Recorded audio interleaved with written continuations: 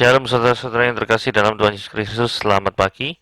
Renungan kita pada hari ini diambil dari Kisah Para Rasul pasal yang kedua ayat 41 sampai 47. Judul renungan kita pada hari ini adalah disukai. Beragam usaha manusia agar diri mereka disukai. Ada yang mati-matian menjaga penampilan fisiknya, sebagian berupaya agar populer. Cukup banyak pula yang bermurah hati dan berbagi dengan banyak orang. Ada yang selalu melontarkan lelucon dan banyak bercanda. Namun kerap usaha-usaha ini berakhir dengan kekecewaan, sebab relasi yang terjalin bersifat dangkal dan tidak permanen. Cerita berbeda dengan jemaat mula-mula, bukan hanya satu atau dua jemaat saja yang disukai, melainkan seluruh kelompok mereka. Padahal biasanya orang tidak suka dengan kumpulan orang bila dirinya tidak tergolong di dalam kumpulan itu. Orang juga sering merasa terganggu jika ada kelompok, apalagi kelompok besar, mengadakan acara yang asing bagi mereka. Apakah rahasianya sehingga jemaat mula-mula bahkan semakin bertambah banyak jumlahnya? Mereka ternyata telah bertobat dan menerima karunia Roh Kudus, ayat 38. Kesatuan dan saling berbagi ini terus terpelihara, juga senantiasa mengenang dan bersyukur atas pengorbanan Kristus yang menebus dosa. Selain itu, mereka hidup tulus, tidak punya agenda terselubung agar diri mereka diuntungkan dan disukai. Jika diri kita atau gereja tidak bertumbuh, patutlah kita berjemrin pada jemaat mula-mula. Benar bahwa kita tidak bisa meniru sepenuhnya kehidupan orang percaya yang pernah sukses di masa silam. Namun, kita dapat meneladani jemaat mula-mula yang mengejar kasih yang tulus. Kasih itu muncul oleh pengenalan dan relasi mereka dengan Kristus. Rahasia menjadi diri dan jemaat yang bertumbuh adalah mengenal Yesus melalui doa dan pembacaan kitab suci, serta mengembangkan kasih yang tulus kepada semua orang.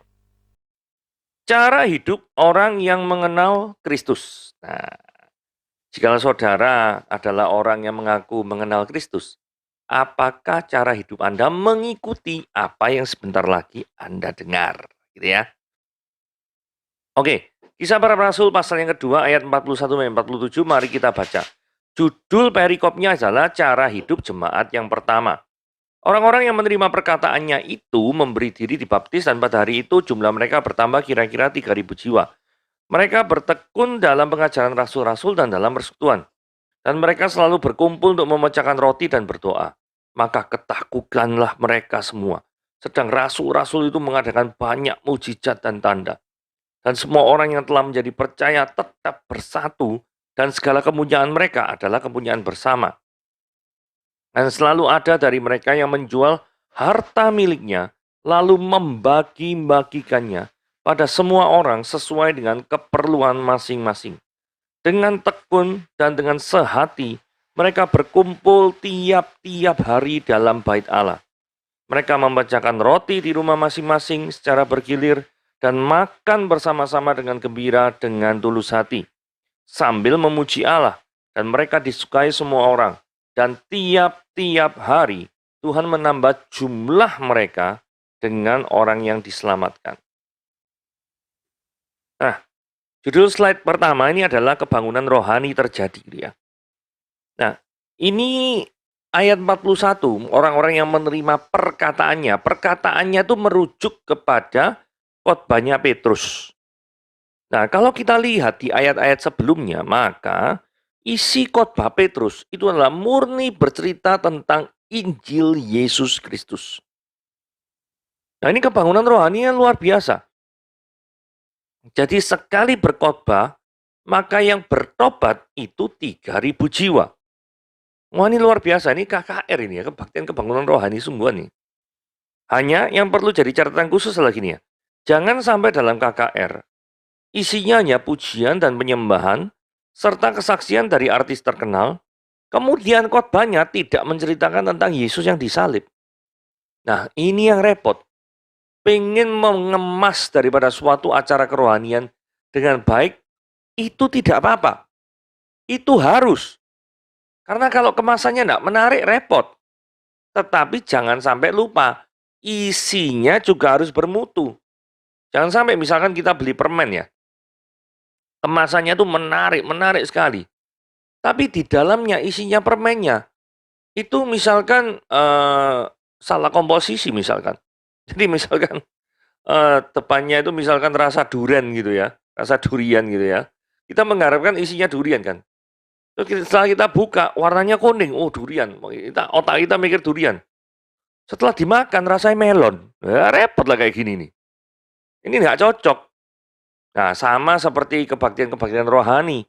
Jangan sampai kemasannya luar biasa bagus. Tetapi ketika kita pengen encountering with God, berjumpa dengan Tuhan, maka yang terjadi kita bukan berjumpa dengan Tuhan. Berjumpa dengan kalimat-kalimat motivasi. Repot kan ya kayak gini. Oke, mari kita lanjutkan.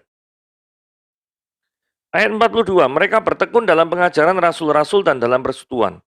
Dan mereka selalu berkumpul untuk memecah roti dan berdoa. Jadi seorang petobat baru itu bertekun dalam pengajaran rasul-rasul. Jika Anda itu sudah bertobat, maka Anda harus memiliki kerinduan untuk belajar firman Tuhan. Apalagi di sekarang ini zamannya pandemi ya. Kenapa kok apalagi zamannya pandemi? Karena banyak sekali khotbah online. Jauh melebihi daripada masa sebelum pandemi. Pasti itu. Khotbah online, kebaktian online yang bisa di-download, bisa kalau nggak usah download lah ya, di streaming aja, lihat langsung aja. Download dan ini butuh kuota lebih banyak lah, apa kecuali kalau khotbahnya benar-benar bagus, nah itu di-download, kita simpan, atau kita mau bagikan ya oke. Tapi kalau setiap khotbah di-download ya repot ya. Tapi kalau memang ada orang yang mau koleksi ya oke-oke saja sih. Tapi inti dari semuanya adalah bukan masalah download atau streamingnya. Masalahnya itu adalah kita belajar firman Tuhan enggak? Begitu nonton di YouTube atau nonton di Instagram, nonton dimanapun, di Facebook, apapun lah. Apakah Anda semakin dekat dengan Tuhan? Nah, kemudian dikatakan gini, mereka juga hidup dalam persekutuan, ciri khas yang kedua. Jadi mereka itu hidup dalam persekutuan, saling membangun satu dengan yang lain. Saudara, pada waktu renungan ini dibuat, saya kira-kira 1 jam sebelumnya itu membaca di detik.com gitu ya. Ada seorang yang bercerita bagaimana seorang timnas Italia itu bisa terkenal kompak, ngomongnya gitu ya. Karena mereka banyak menghabiskan waktu itu bersama-sama. Mereka buat pizza bersama-sama, masak pizza, makan pizza, dan lain sebagainya. Itu yang membuat tim Italia, timnas Italia itu kompak. Gitu ya. Lain halnya dengan timnas Jerman. Timnas Jerman, Thomas Muller pernah berkata demikian ya. Thomas Muller itu pemain Jerman.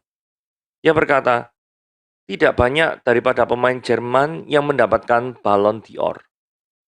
Karena timnas Jerman adalah timnas yang mengutamakan kebersamaan daripada suatu tim. Itulah sebabnya di seragam kami bisa memiliki 4 bintang. Saudara ngerti arti ini 4 bintang ya? Itu adalah 4 kali juara Piala Dunia. Oke? Luar biasa bukan ya? Jadi artinya super tim itu lebih penting daripada super individu. Karena kalau individu itu tidak ada, repot. Nah, ciri khas orang-orang Kristen yang baru itu adalah, bukan cuma orang Kristen baru ya, ciri khas orang yang percaya Yesus harus hidup dalam persekutuan yang saling membangun.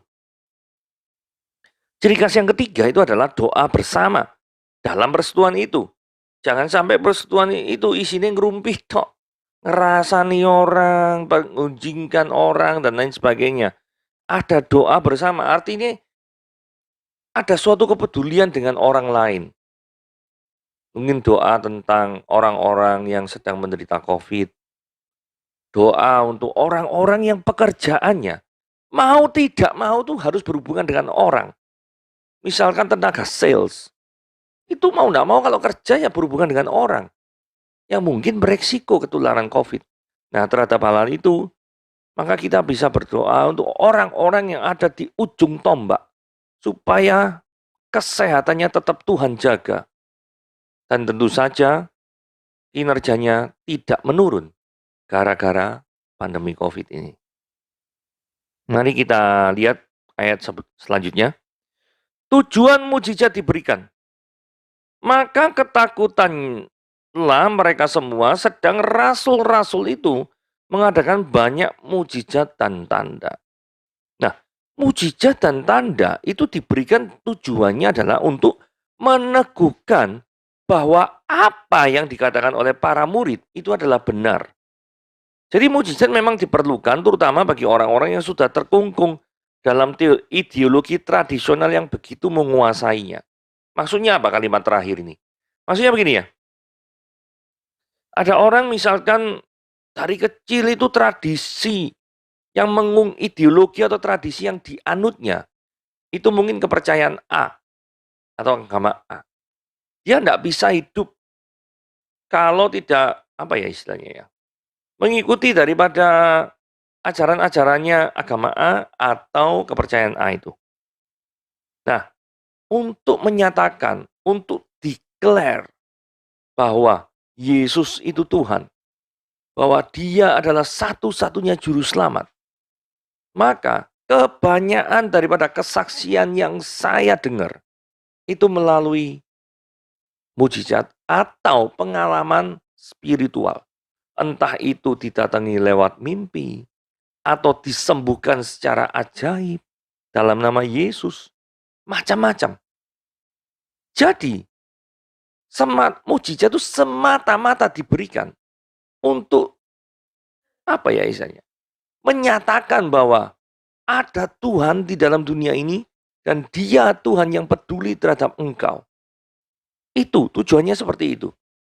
Dan untuk mengubahkan kehidupanmu dari yang tidak percaya, dari yang terkungkung dengan ideologi dan tradisional itu menjadi percaya kepada Yesus yang adalah Tuhan dan Juru Selamat. Tujuan kesatuan dari ayat 44. Maksudnya apa? Ayat 44 kan ngomong ini. Dan semua orang yang telah menjadi percaya tetap bersatu. Nah, maksudnya tujuan kesatuan bersatu ya apa? Tujuan bersatu ini soalnya gini ya. Supaya satu dengan yang lain itu saling mendukung karena kekristenan saat itu di abad pertama ada di dalam tekanan. Kekristenan baru bisa mendapatkan kebebasan. Itu pada waktu 325 ketika Konstantin yang agung itu memerintah. Barusan agama Kristen dijadikan agama negara di Eropa. Tetapi sebelum itu yang terjadi adalah dari abad pertama sampai awal abad keempat. Yang terjadi adalah kekristenan sangat-sangat ditekan. Terutama oleh kaisarnya Nero gitu ya. Itu yang kaisar yang kejam sekali. Yang pengen membasmi daripada orang-orang Kristen. Bahkan lampu waktu itu kan belum ditemukan.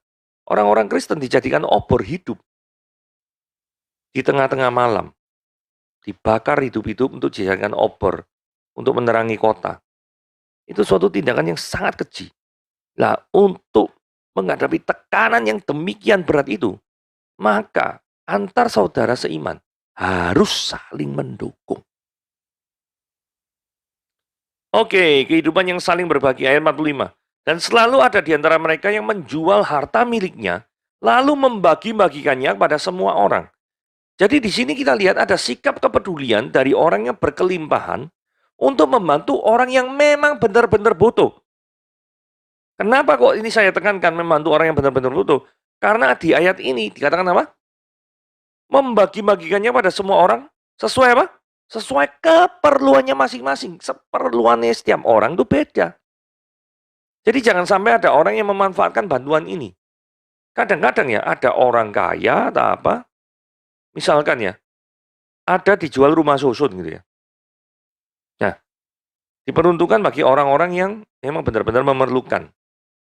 Yang memang ya keuangannya mungkin tidak mampu untuk membeli selain daripada rumah susun, misalkan seperti itu. Nah, yang terjadi adalah apa? Ada orang kaya ngantri di rumah susun itu. Bagi orang kaya otaknya bisnis. Nanti disewakan dengan harga lebih tinggi. Waduh, repot ya. Ya gimana ya? Ya tulisan misalkan pandangan Anda seperti apa gitu loh. Melihat hal-hal yang seperti ini. Diperuntukkan bagi orang yang memang sederhana tapi dijadikan bisnis oleh orang yang kaya gitu ya toh, untuk mendapatkan keuntungan bagi dirinya sendiri. Ayat 47. Bukan orang aneh. Maksudnya gini. Orang yang menjadi Kristen, kehidupannya itu bukan orang yang berbeda dalam pengertian aneh gitu loh. Bukan. Karena apa? Mereka tuh disukai semua orang. Kalau orang tuh aneh, jadi orang freak, gitu. Maka kehidupannya itu pasti nggak disenangi orang. Menjadi teranglah yang memang terang, tapi jangan sampai menyilaukan. Kalau terang itu menyilaukan, maka yang terjadi adalah orang itu tidak senang. Sama seperti kalau Anda suka edit foto gitu ya, kan ada yang namanya brightness atau exposure gitu ya, toh. Jangan sampai brightness dan exposure-nya tuh terlalu tinggi, terlalu ke kanan gitu ya skalanya, sehingga yang terjadi adalah gambar tuh terang sekali, sampai kekontrasannya itu hilang, yang ada cuma tanpa cahaya putih-putih tok itu. Nah kayak gitu kan repot, tidak bisa melihat keindahan daripada masing-masing warna, kekontrasannya hilang. Nah, kalau seperti itu kan tidak baik. Demikian juga dengan ini. Jikalau Anda menjadi seorang Kristen, tetapi kekristenan Anda itu dianggap itu terlalu ekstrim, menyilaukan, maka Anda tidak bisa menjadi berkat bagi sesama orang-orang yang belum percaya. Jadi, jadilah saksi Tuhan, tidak perlu menjadi aneh, asing daripada dunia ini, menjauhkan diri dari dunia ini, menyepi ke kota-kota, tidak perlu. Jadilah saksi Tuhan yang normal, yang memberikan dampak, memberikan garam dan terang dunia bagi orang lain. Oke, sekian renungan pada hari ini. Tuhan Yesus memberkati.